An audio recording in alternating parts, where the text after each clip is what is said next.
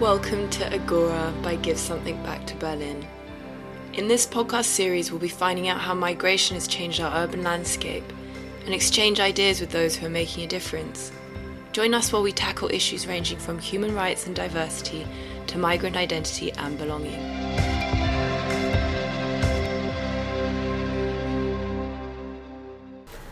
Hello and welcome back to Agora. My name is Marie. I will be hosting today's episode, and joining me is Daniela from JAC, an education center for female refugees and women in need of shelter here in Berlin.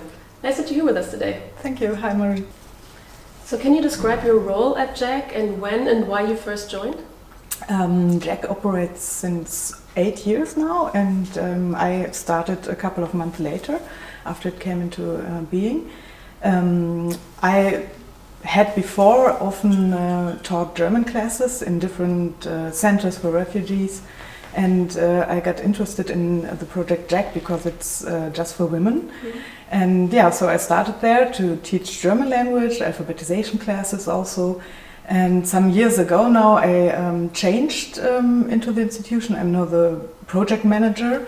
I'm planning the activities, the classes, I'm enrolling new students, also do the fundraising, so I do every task that is needed. So you're already mentioning it a little bit. What services do you offer at JAC? Yeah, we are an educational institution addressed to refugee women with a high need of protection and for shelter. And our services, the core of our services are German classes and alphabetization classes for these women. Often they don't have access to other educational institutions like the so-called Integrationskurse run by the state, but they come to us because they cannot access these, and we offer them German language classes, also with additional childcare next to it and other activities. Mm. So JAC is specific for female refugees. How does the situation of female refugees in Berlin differ from that of male refugees, and what are the specific challenges maybe they face? Female refugees often face many sorts of difficulties and even different sorts of discrimination. We see that women refugees in Berlin or in Germany have access to all the services quite later after male refugees do that. This is often because of their role within the families, or they're taking care of small children, which hinders them of access to any services at all. And it needs to address these women with specific offers to really improve the situation for them. So you're saying you're offering language classes, alphabetization, but this problem that you were just describing, how do you help them address this specific situation? Yeah, for example, we offer courses with parallel childcare. Mm-hmm. So women who don't have a Kita-Platz for their small children can start with their educational process with the German language classes, despite having the childcare work, so to say. Mm-hmm. I think the German language for them is one of the crucial parts to start a living here, to start a future here. After maybe the accommodation is set when they arrive in Germany, they want to begin to think of the future. And in a space like ours, they have this safe space. They have a space which is only amongst women. Also the teachers and the other staff involved are only women, so there's this atmosphere of trust which evolves after a while, and we can really help them to concentrate on their own future. Why do you think female refugees are still underrepresented in the public eye? I think when we think of the discourse of refugees coming to Germany over the past years, this discourse was often about male refugees in negative and in positive ways. And I noticed that refugee women often are seen just as in a more passive role or victimized somehow, which is in fact not true. offers, the services are mainly addressed or let's say designed for the needs of male refugees, and women, as I said before, cannot really attend them. So it ends up, it's like a like a system that ends up that they will maybe have lower paid jobs in the end, that they will not have a voice to state what they want in society here. And so I think it's crucial to start already in the beginning. It's kind of a system that perpetuates the problem, how it's set up, so you're trying to address that problem. So, as we all know, the pandemic, we've been living with it for quite some time now. How has the pandemic affected your work and also the women that you work with? We had 2 longer lockdowns, and these were really hard impacts in our work and for the women we work with, for the women attending our classes. First of all, we had to shut down the courses in the classrooms, and after a while of adapting, we started online courses, which is not so easy for women who don't have access to digital devices or are not trained to use them, but it worked better and better after a while. We noticed that. Also, they gained new skills which can be useful in other aspects then later. But especially I think the second lockdown was very hard because it was longer, and many of the women complained that they were in isolation for such a long time, together only with their children. Also small plans maybe they did for the future, job offers also were denied, and so many lives got kind of interrupted. That was really hard. It's not over as you said, but maybe the situation will get a bit better now. Hopefully. Unfortunately, now we have another terrible situation at hand, which is the war in Ukraine. Is this already affecting your work, and how? Yes, we have a lot of, we got contacted from Ukrainian women or from people who help women from Ukraine who are looking for general help as well, but also for German classes in specific.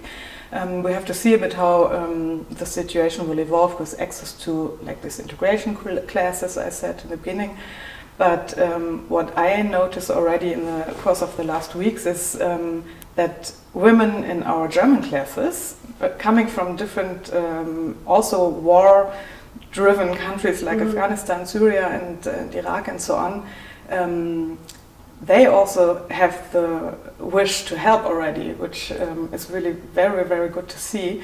They they donate money or clothes.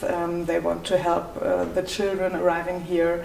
Yeah, it's really good to see that they have kind of the same experiences, and it's good to see that there's such a helpful attitude there. It is actually super nice to see, and it's kind of it's lovely that you mentioned this, because this is kind of what all these projects are about that we're talking about. Like, yes. People get help, but people also want to give something back, which we'll be talking about in a little moment. But first, let's talk about how do you think migrant and refugee women can enrich the cultural landscape in Berlin? In so many ways, I think. I mean, I see these women every day in our classes, in our institution. They're such strong women. They have suffered so much and have went such a long way. But they are here now, and they are, building a future for themselves. And I think already in this aspect we can learn so much from their experiences and their views, and so we will hopefully get a new project in the next months where we will help women while in our German classes to help voluntarily in social institutions for a couple of hours a week maybe. And this will help them, of course, to find a role maybe. But also, I think it will show that it enriches the society as well, because it brings new perspectives to these institutions, to the teams, to the clients of these institutions. And we see that women have so many resources they came here with, even if they're maybe not formally documented on paper, but they have so much to give, so it's a good thing. You're just talking about volunteering. Do you have volunteering roles at JAC? Yes. How can people get involved? We have, besides of another colleague of mine in the office and the 6 freelance German teachers we have and 1 childcarer, all the others are volunteers. So we have around 40 volunteers helping with the childcare, with the Nachhilfe, like one-to-one tutoring after German classes, with other activities like sports programs, art programs. So without the volunteers, we would be nothing.